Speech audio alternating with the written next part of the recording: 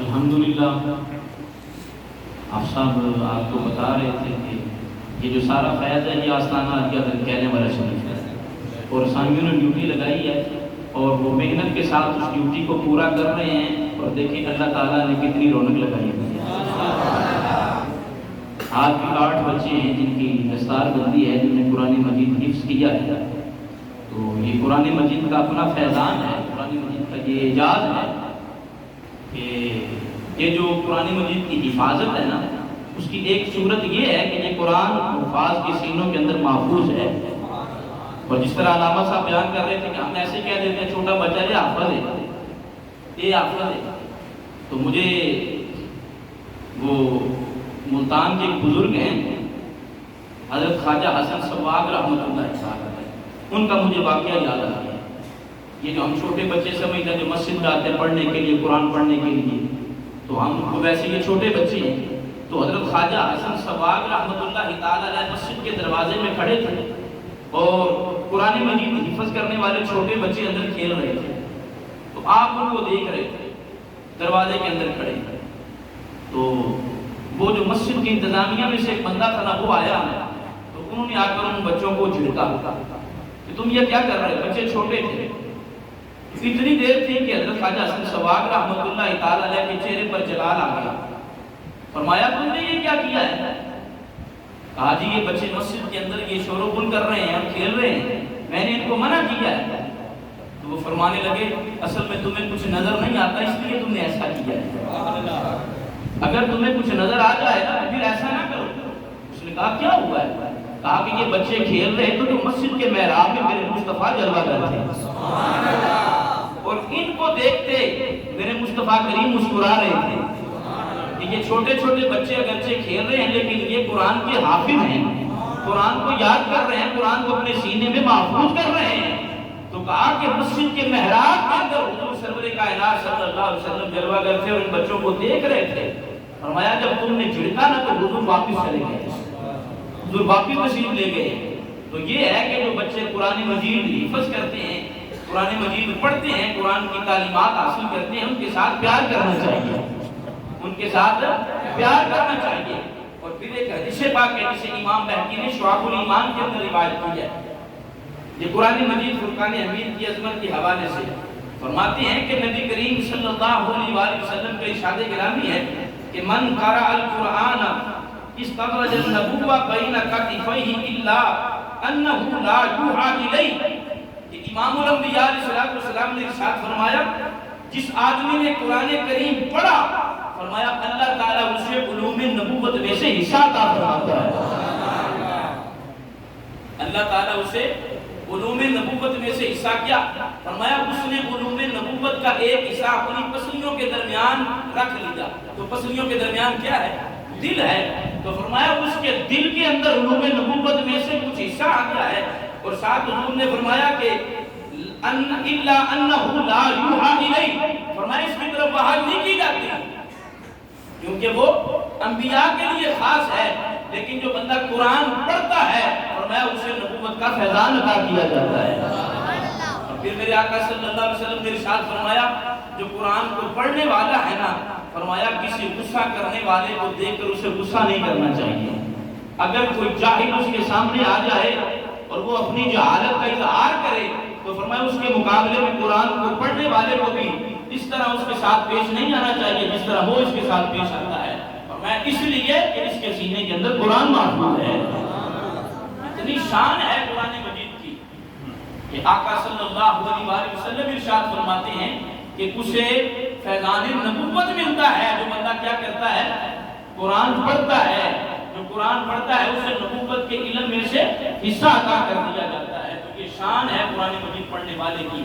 اور قاری قرآن کی بڑی شان ہے، اور عامل قرآن کی اس سے بڑھ کر شان ہے۔ جو قرآن پڑھتا بھی ہے اور قرآن پر عمل بھی کرتا ہے، قاری قرآن کی بڑی شان ہے، حافظ قرآن کی بڑی شان ہے، اور عامل قرآن کی اس سے بھی زیادہ شان ہے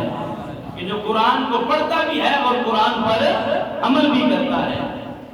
تو کوشش کریں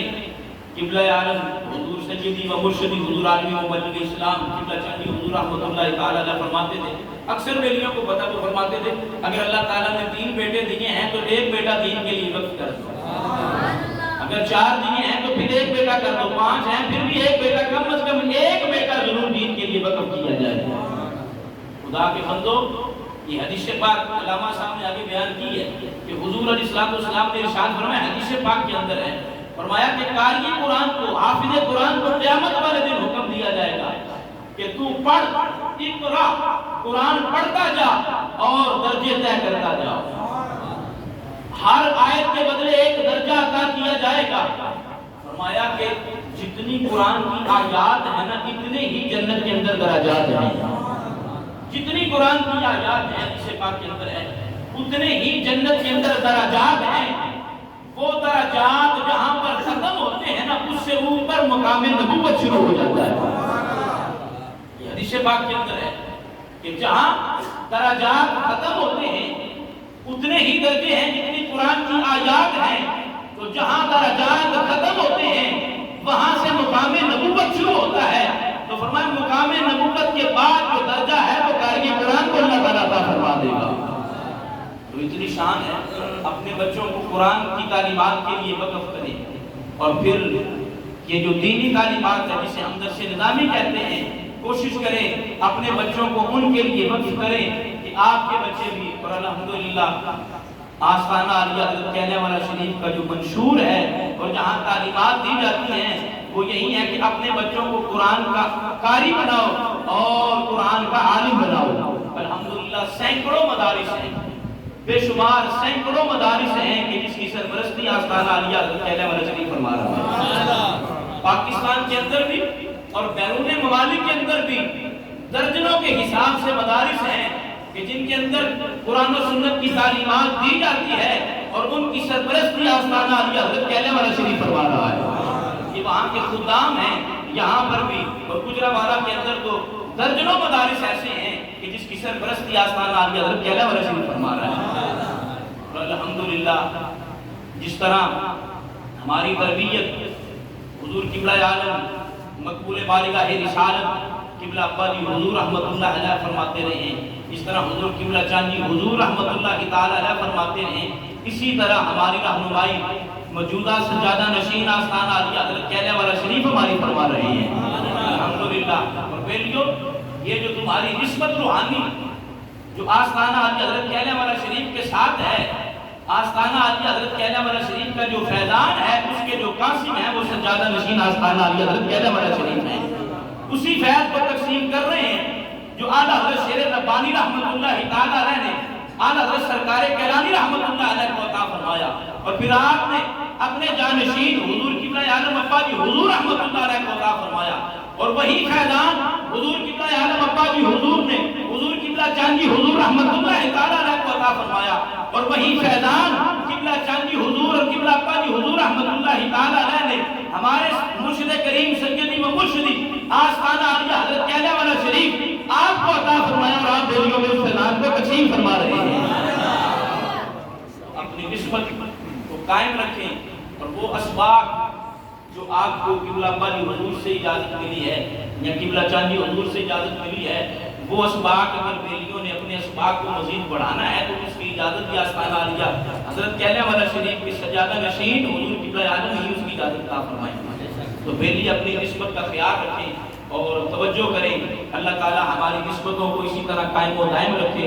اس جہاں میں بھی قائم رکھے اور اگلے جہاں میں بھی اللہ تعالی اسی نسبتوں کو قائم رکھے، اور آستانہ عالیہ حضرت کہنے والا شریف کی اللہ تعالی ہمیں غلامی میں رکھے۔ اب باقاعدہ طور پر